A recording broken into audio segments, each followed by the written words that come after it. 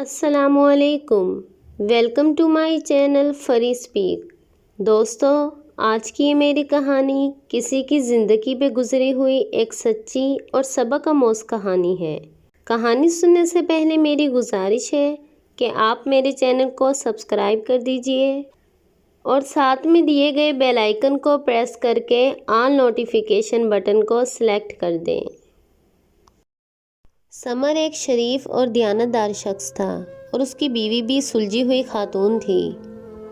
قدرت نے انہیں 2 بیٹے اور 1 بیٹی سے نوازا تھا۔ سمر کا کاروبار بہت زیادہ نہ تھا، بس گزارا اچھا ہو جاتا تھا۔ جب ان کے بچے بڑے ہوئے تو سمر کی بیوی نجمہ نے اسے مشورہ دیا کہ اپنے بڑے بیٹے فیصل کو بیرون ملک بھجوا دیتے ہیں اور چھوٹا ابھی پڑھ رہا ہے۔ بعد میں اسے بڑا بھائی بلوا لے گا۔ سمر کا ایک مرشد تھا۔ اس نے اپنے مرشد سے اس بارے میں رائے لی تو انہوں نے منع کر دیا اور کہا، کیا اسے باہر بھجوا کر تم اس کی جدائی برداشت کر لو گے؟ میرا تو مشورہ یہی ہے کہ اسے یہیں رہ کر کام کرنا چاہیے۔ سمر نے مرشد کی بات بیوی کو بتائی مگر وہ باضد رہی اور مرشد سے دعا کرنے کو کہا۔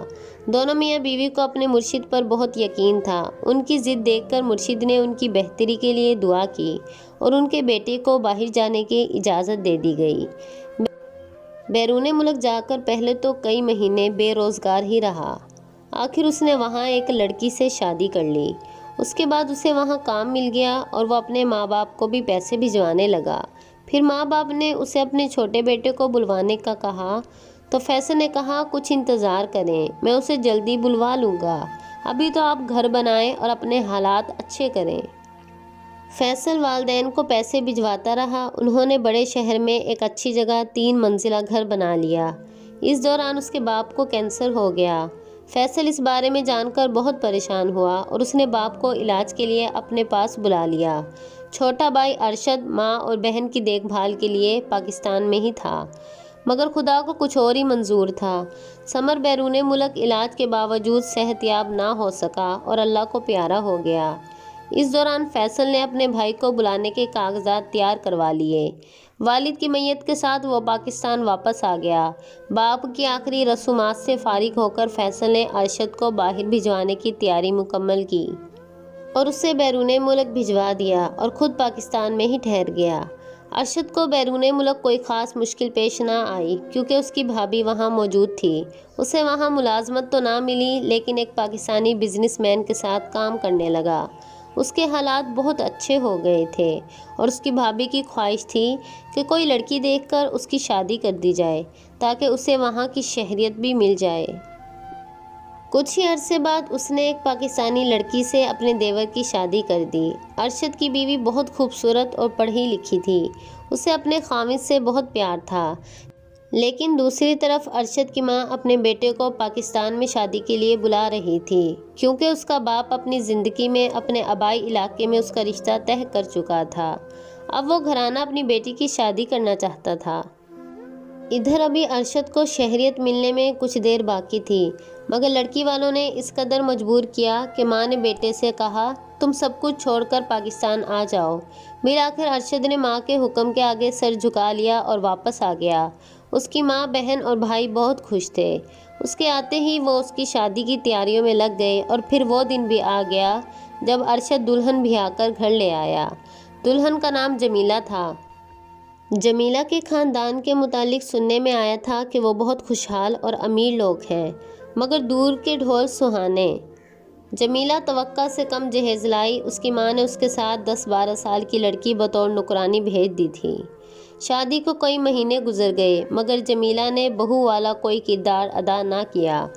وہ دوپہر کے بعد سو کر اٹھتی، خاوند بازار سے ناشتہ لے آتا یا نند بنا دیتی، اس طرح رات ہو جاتی تھی اور دوسرے دن پھر یہی سلسلہ ہوتا، مگر ساس نے کبھی بہو کو کسی قسم کی سرزنش نہ کی۔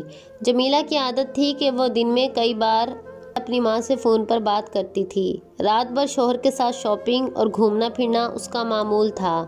تعجب اس وقت ہوا جب ایک دن جمیلہ کی ماں آئی اور اسے اپنے ساتھ چلنے کو کہا۔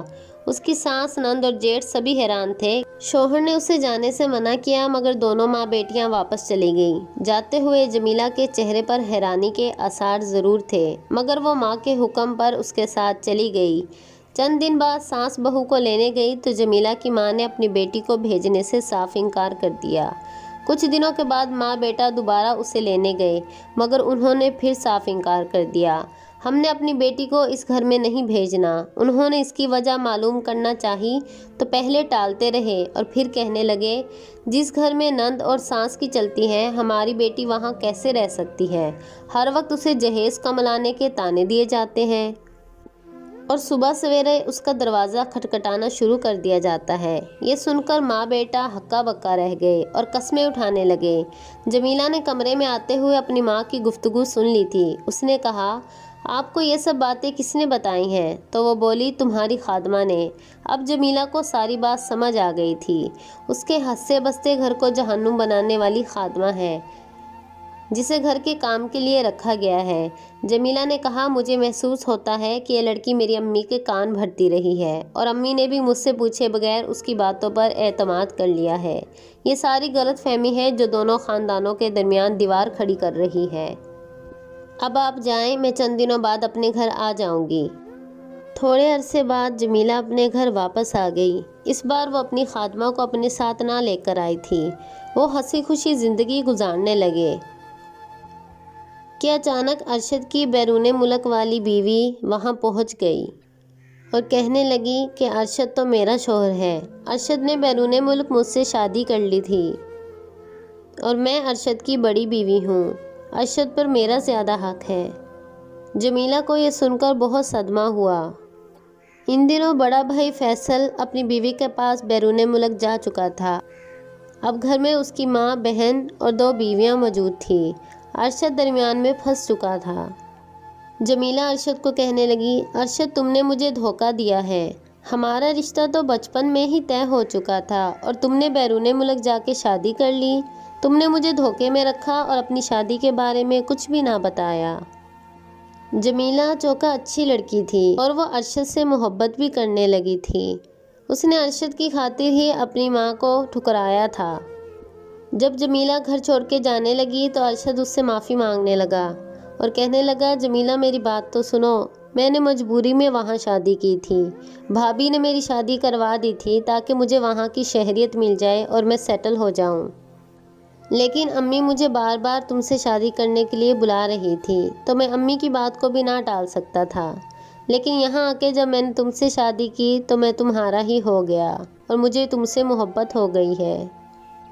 جب ارشد کی دوسری بیوی نے دیکھا جو بیرون ملک سے آئی تھی کہ ارشد نے یہاں آ کے شادی کر لی ہے تو اس نے ارشد سے خود ہی طلاق لینے کا مطالبہ کر لیا کیونکہ وہ بہت اوپن مائنڈڈ تھی۔ اس نے ارشد کو کہا مجھے تم سے زیادہ اچھا جیون ساتھی مل جائے گا، تم رہو اپنی بیوی کے ساتھ ادھر ہی، تم ادھر ہی سڑو۔ اور وہ غصے میں چلی گئی۔ اس نے عدالتی نوٹس بھیج دیا تو ارشد نے بھی اسے طلاق دے دی۔ یوں جمیلہ اور ارشد ہنسی خوشی زندگی گزارنے لگے۔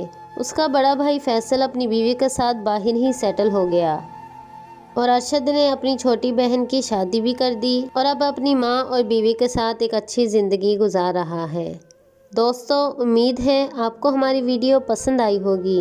آپ بھی اپنی قیمتی رائے کا اظہار کمنٹ سیکشن میں ضرور دیجیے گا۔